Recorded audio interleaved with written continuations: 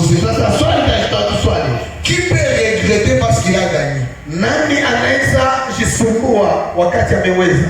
Alors si la mort c'était un gain, Kama kifo ni faida, pourquoi regretter parce que quelqu'un est mort? juu ya nini unaweza jisumbua tu mtu amekufa? Ah, c'est là que l'apôtre Jean dit ceci. Sema anabii Et les morts furahia basi qui sont morts dans le Seigneur. kufa ndani ya Et les morts qui sont morts dans le Seigneur. ndani ya Kristo. Bien-aimé dans le Seigneur, si je connais Kama najua qu'un frère, ni kweli qu'une sœur dada est mort dans le Seigneur, kufa ndani ya je Kristo, peux aller à son deuil. anaweza enda Je ne vais pas pleurer comme tout le monde. Ce que je veux me dire, cet homme, cette femme, il est heureux parce qu'il est mort dans le Seigneur. Bien-aimé dans le Seigneur, la mort de Jésus nous communique la foi que mourir, ce n'est pas la fin. Mourir, c'est un passage pour quitter le monde et entrer dans l'éternité. Pour quitter le monde et entrer dans le paradis. Bien-aimé dans le Seigneur, les chrétiens ne doivent pas avoir peur de la mort. Les chrétiens ne peuvent pas être intimidés par la mort. Je sais que l'apôtre Paul dit, oh mort, où est ton aiguillon? La puissance de la mort, c'est le péché. Mais Jésus-Christ, il a vaincu le péché. Il a vaincu la mort. Et aujourd'hui, la mort, plus de pouvoir sur nous. Je lève ma main comme un prophète. Je déclare et je décrète. Voilà, tu vas mourir, mais pas au calendrier des sorciers. Tu peux mourir, mais pas selon la volonté des hommes. Je vais te dire ceci. Tu ne mourras pas avant ton temps. Tu ne mourras pas avant ton jour. Tant que ce n'est pas ton jour, que la maladie vienne et ne te prendra pas. Que le combat s'élève. Le combat ne va pas te prendre. Que les ennemis se lèvent. Ils ne te tueront pas. Parce que quand tu es en Christ, la mort n'a pas de pouvoir sur toi. Je lève ma main comme un prophète. Je déclare et je décrète. La mort ne touchera pas tes enfants. La mort ne touchera pas ta santé.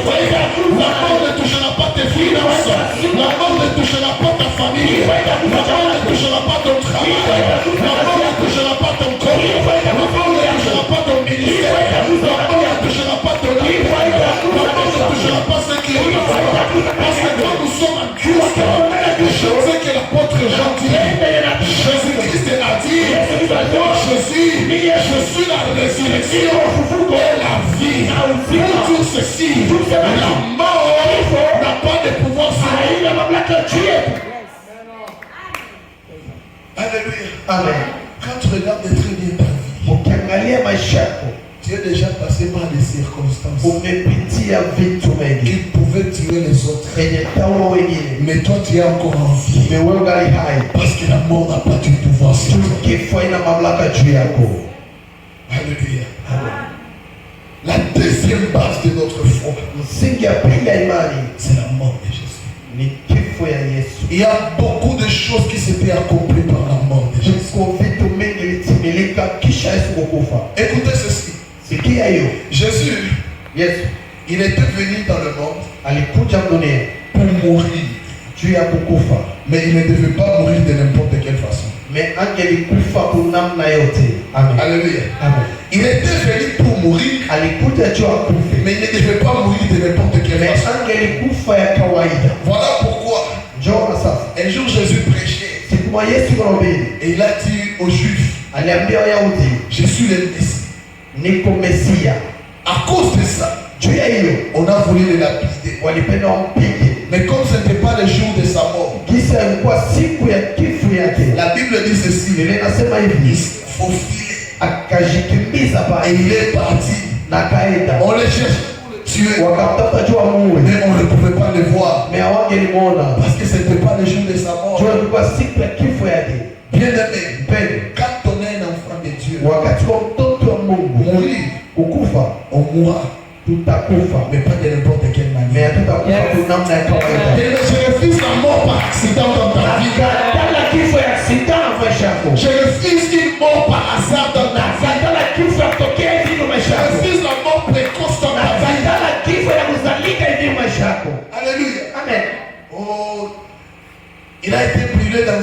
Oh, alilungula munyumba. Oh, il était mort dans un crash d'avion. Oh, alikufa mula ndege. Il était mort dans un accident. Alikufa kwa accident. Il dit, mais je refuse ça. Nakatala hiyo. Quand je pense à ma mort, nikiwaza juu ya kifo yangu, je me vois vieux. Najiona mzee sana. Je n'ai plus toutes mes dents. Sina tena meno yangu yote. J'ai déjà des cheveux blancs. Niko na nywele mweupe. Je suis riche. Niko tajiri. J'appelle mes enfants. Naita watoto yangu. J'appelle mes petits enfants. Naita wajukuu. Je commence à leur dire. Naanza waambia. Toi, wewe, tu vas faire ça. Utafanya hivi. Toi, wewe, tu vas prendre ça. Utakamata hivi. Toi, wewe, tu vas faire ça. Utafanya hivi. Après savoir arranger les affaires de ma mère. Kisha kupanga kila kitu. Là maintenant je peux partir. Pale sasa naenda. Et quand tu vois les cadavres de quelqu'un, wakati wa maiti ya mtu, un cadavre qui est heureux, unaona maiti ya kungara. Apale makifu Mungu mhospitali. Haiko maiti ya magonjwa mingi. Wanakuya. Wanakuya. Wanapigana. Mimi naona Moise. Namuona.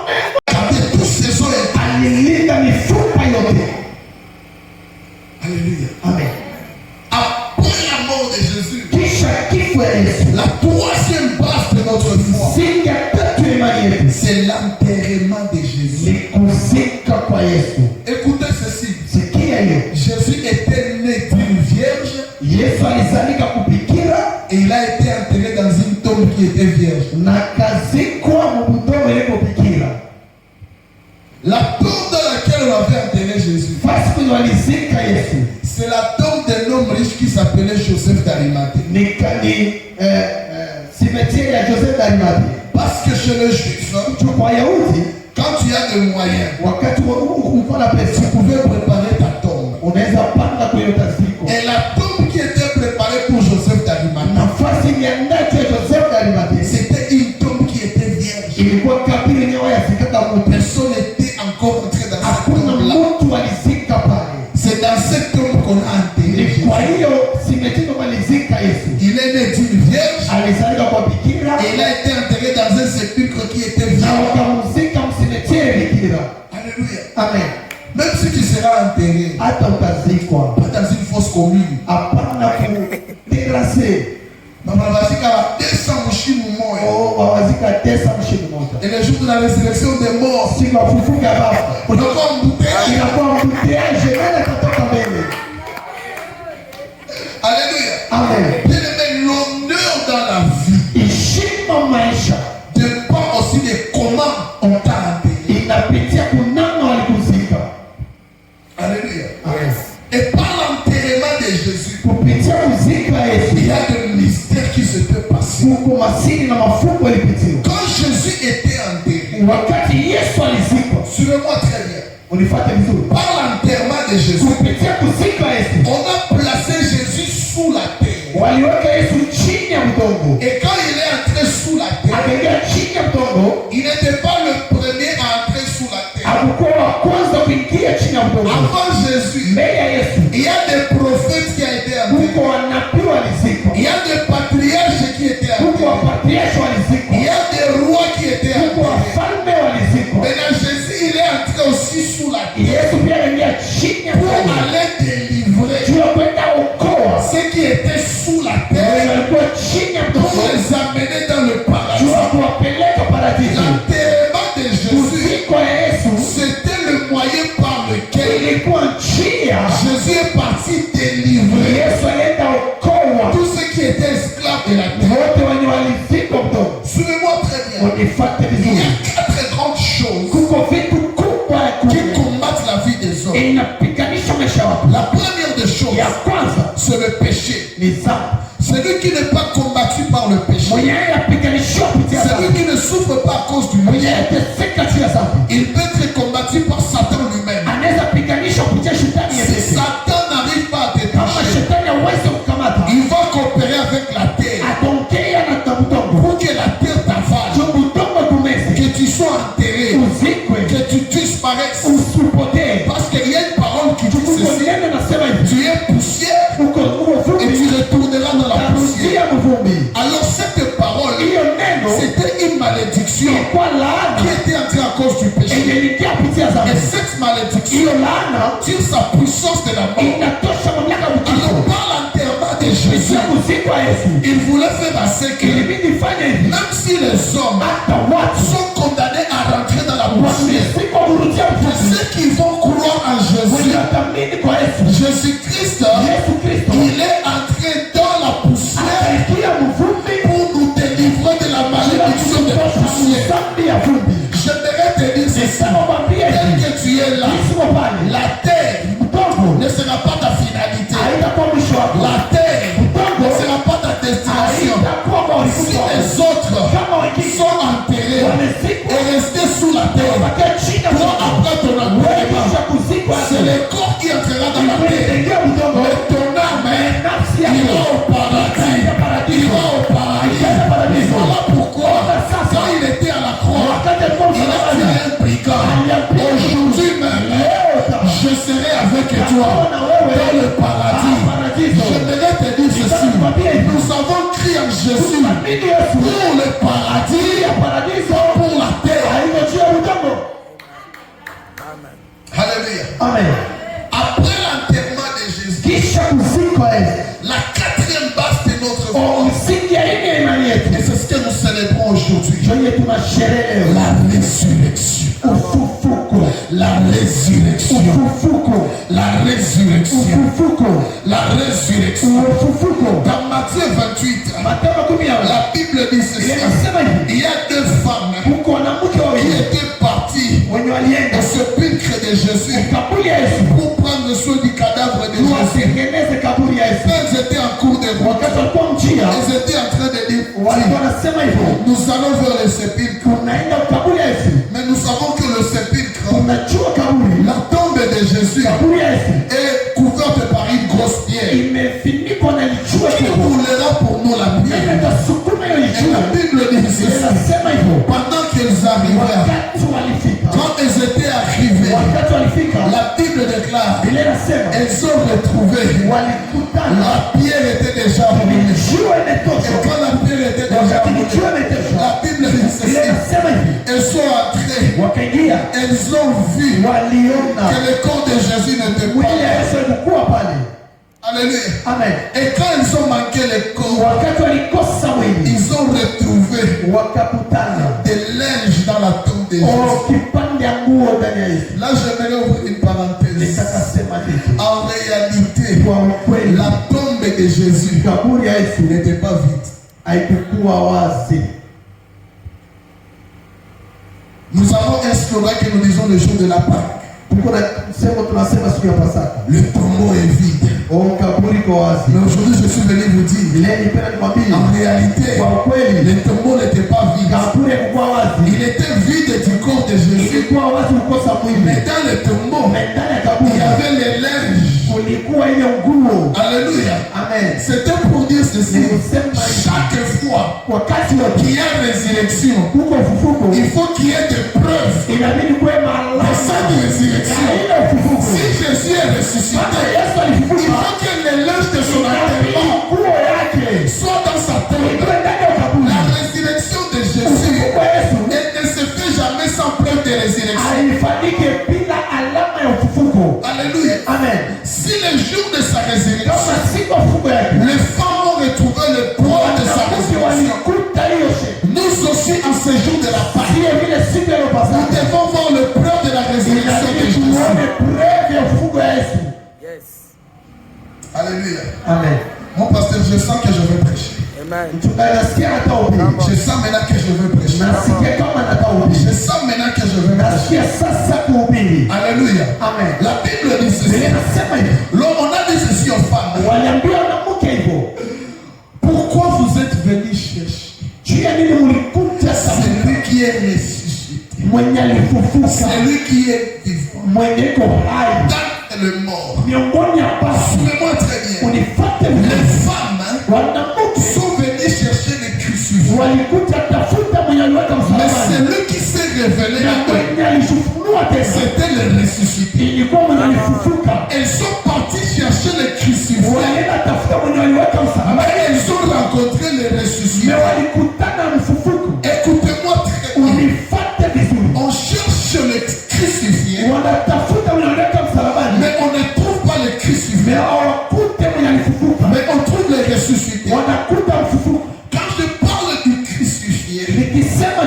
waliweka Je msalabani. parle de celui qu'on a vu à la croix. Nasema juu waliona msalabani. Écoutez-moi très bien. Unifuate vizuri. Quand les gens vous cherchent, Wakati watu wanakutafuta, ils vous cherchent par rapport à ce qu'ils connaissent sur vous. wanakutafuta kupitia wanajua juu yako. Ils vous cherchent par rapport à votre actualité. Wanakutafuta kupitia ni unafanyaka. Parce que ce jour-là, Hiyo siku, l'actualité de Jésus, ile siku vitu ya Yesu c'était le crucifié. ilikuwa kuzikwa. Mais pendant qu'on le cherchait dans l'actualité du crucifié, Wakati walimtafuta kumambo ya kuweka on msalabani, a manqué le crucifié, walikosa mnyonyoko mais msalabani. on a retrouvé la révélation du ressuscité. Wakapata ufunuo mwenye Je alifufuka. vais dire ceci à quelqu'un. Nitakwambia Il y a des gens qui te voient. Huko watu wanakuona, Ils connaissent les problèmes de ta famille. wanajua shida ya Ils jamani, connaissent les problèmes de ta vie. wanajua shida ya maisha Et yako. quand ils viennent te chercher, Walikuja kutafuta, ils te cherchent par rapport à ces problèmes. wanatafuta kupitia Ils te shida, cherchent par rapport à cette situation. wanatafuta kupitia Ils te shida, cherchent par rapport à cette maladie. wanatafuta kupitia Mais je magonjwa. voulais te dire ceci. Nikwambie, Ceux qui te cherchent dans ta situation, wanatafuta kupitia shida, ils seront surpris de ta résurrection. watashangaa kufufuka. Lorsqu'ils vont chercher le malade, Wanatafuta Dieu magonjwa, va leur montrer le reguéri. wataonesha Quand ils vont chercher le pauvre, wanatafuta Dieu va leur montrer les riches. Quand ils vont chercher le petit, Dieu va leur montrer les grands. wataonesha Parce que mkubwa. dans la pensée de Dieu, Mawazo ya il Mungu ne donnera jamais aux gens ce qu'ils cherchent chez toi. hatapatia watu vile ni wanatafuta kwako. Alléluia. Amen. Il y a des gens qui veulent te voir en bas tous les jours. Watu wanapenda wapone, Ils veulent te voir en bas tous les jours. wanapenda wapone chini kila siku. Mais un jour en train de venir, Siku moja unakuja, Dieu va leur révéler ta grandeur. Mungu ataonesha ukubwa wako. Alléluia. Amen. Alors écoutez-moi. Unisikie sasa.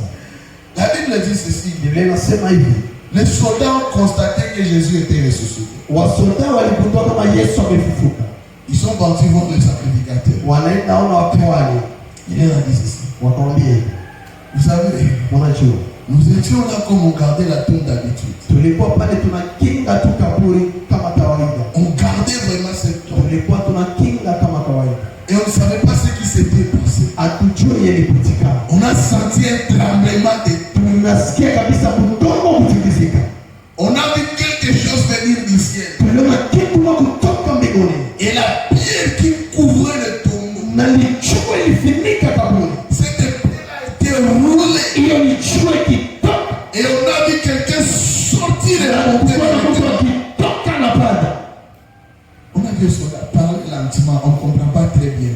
Sema polepole tuelewe vizuri Qu'est-ce qui s'était passé? nini ilipitikana. Il recommence encore. Anarudilia tena, On était assis. tulikuwa tumekaa, Comme vous avez vu de garder la tombe. mlituambia tuchunge kaburi, On gardait la tombe. tulichunga kaburi. La première nuit, tout était normal. Vitu vilikuwa kawaida, Tout était normal. yote ilikuwa sawa sawa. Maintenant, arrivé au troisième jour, Kufika siku ya tatu, on ne sait pas ce qui s'était passé. juu ilipitika, On a vu quelqu'un venir ici. tuliona mtu kutoka Il a roulé la pierre. Pouf. alitosha lichua Et puis Jésus, pouf. na mtu alitoka puf. On lui a dit cette nouvelle-là. Wakwambia hiyo habari, Si vous répandez ça, mukisema kabisa on est fini. umemalizwa. On l'a tué Watamua pour enterrer son histoire. juu ya kumaliza historia yake. Mais ce que vous êtes en train de dire, Mais yenye Mungu nasema hapa, ça va créer plus de dégâts que tout ce qu'il avait déjà fait. itatosha tena fujo kupitia ile washafanya. Alors, ici, Mukuje, prenez l'argent. kamateni pesa, Prenez l'argent. kamateni pesa, Ne dites à personne. musiambie mtu, Ne dites à personne. musiambie mtu. Si le roi vous demande Kama mfalme anawaomba, où est parti le corps, mwili alienda wapi? dites seulement que les disciples sont venus Waambie tu wa mitume et walikuja ils ont volé les corps. wakaiba mwili. Écoutez maintenant. Sikieni sasa, Vous savez, les soldats, mnajua askari on leur a donné de l'argent. wakawapatia pesa, Et puis les soldats rentrent chez lui à la maison. askari wakarudia nyumbani, Ils leur disent que le travail est fini. awaambia kazi imeisha. Imagine-toi, tu as une femme, Wewe fikiria una mke, la femme d'un soldat, mke wa askari, ration par jour, ukula ya siku 10 000 francs, ni 5,000 francs, 20 000 francs. 20,000 francs. Mais ce jour-là, Mais hiyo siku subitement comme ça, bah, kushangaa tu hivi, le mari lui dit, wanamwambia prends ces 500 000, 000. La femme dit combien? Ngapi? 500 000. 500 000 rations. Muliua mtu. Ouais, uliua mtu. Où c'était comment? Ilikuwa Les soldats disent, soda mambia ikala kimya madam. on nous a donné là. Walitupatia pesa. On nous a dit ceci. Walituambia Ne hivi. dites rien. Sema kitu. La femme dit, Mmoja akasema hapana. si tu ne me dis pas d'où vient cet argent, Kama unajua kwenye pesa inatoka, je ne vais pas rester dans cette maison. sitabaki kwenye nyumba. Le soldat dit à sa femme, Soda anambia, tu veux l'argent ou pas? unapenda pesa? La femme lui dit,